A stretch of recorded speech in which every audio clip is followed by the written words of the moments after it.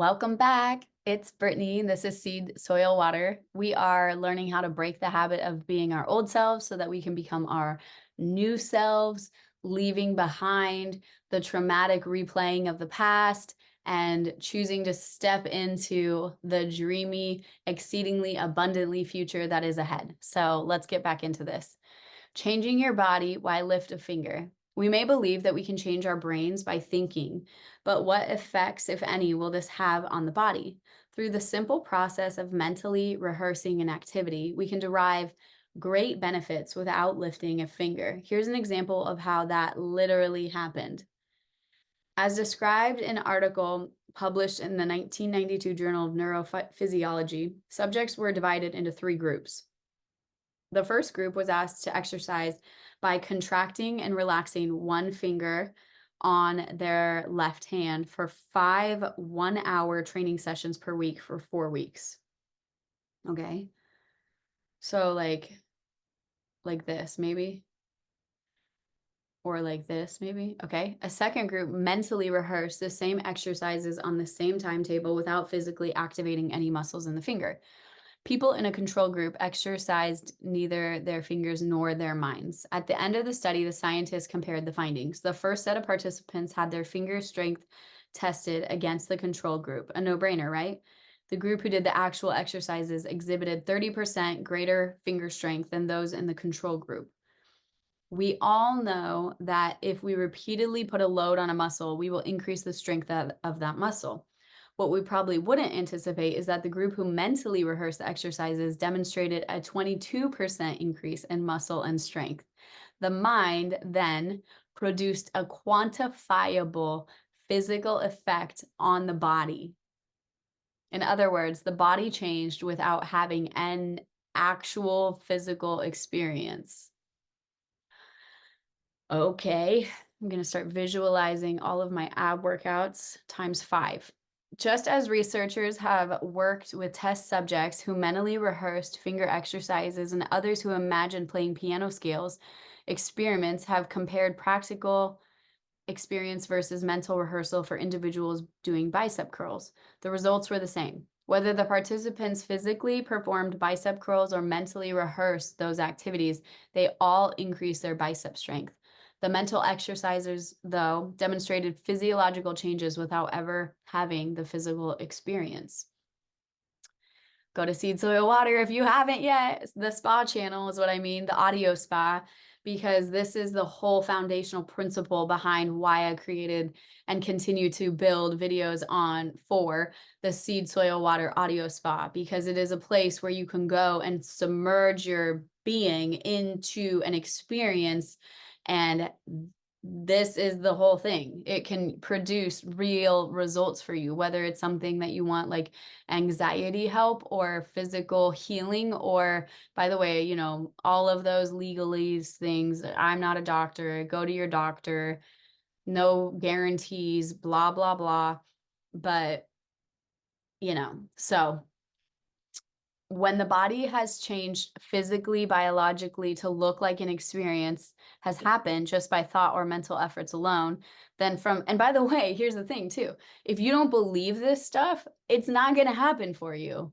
It's like the foundation of faith, and that's why faith is currency. So if you don't have any, by the way, although what is his name? Elmer Locke Jr., I think, he says that he didn't believe in a lot of the things that he manifested. So maybe you don't have to believe them, but if you continue to do the work anyway. So like all those people that were doing the finger exercise, supposedly it doesn't necessarily matter whether they believed it or not. It's the fact that they put in the time doing the work, visualizing and using their mind. And that is one thing that Elmer Locke Jr. says on his channel, is like, he's like, I didn't believe a lot of the things, but I did the work. I put in the time. Every evening when I'd go to bed, I'd utilize that subconscious mind transition phase, that stage between awake and sleep, where your subconscious mind is imprinted. And he was just really intentional through that, and also through meditation. So, but I want to say too, but if you like outright don't believe it and you just refuse to do the work in terms of spending the time utilizing your mind toward these ends, then you're definitely not probably going to get the thing, whatever it is.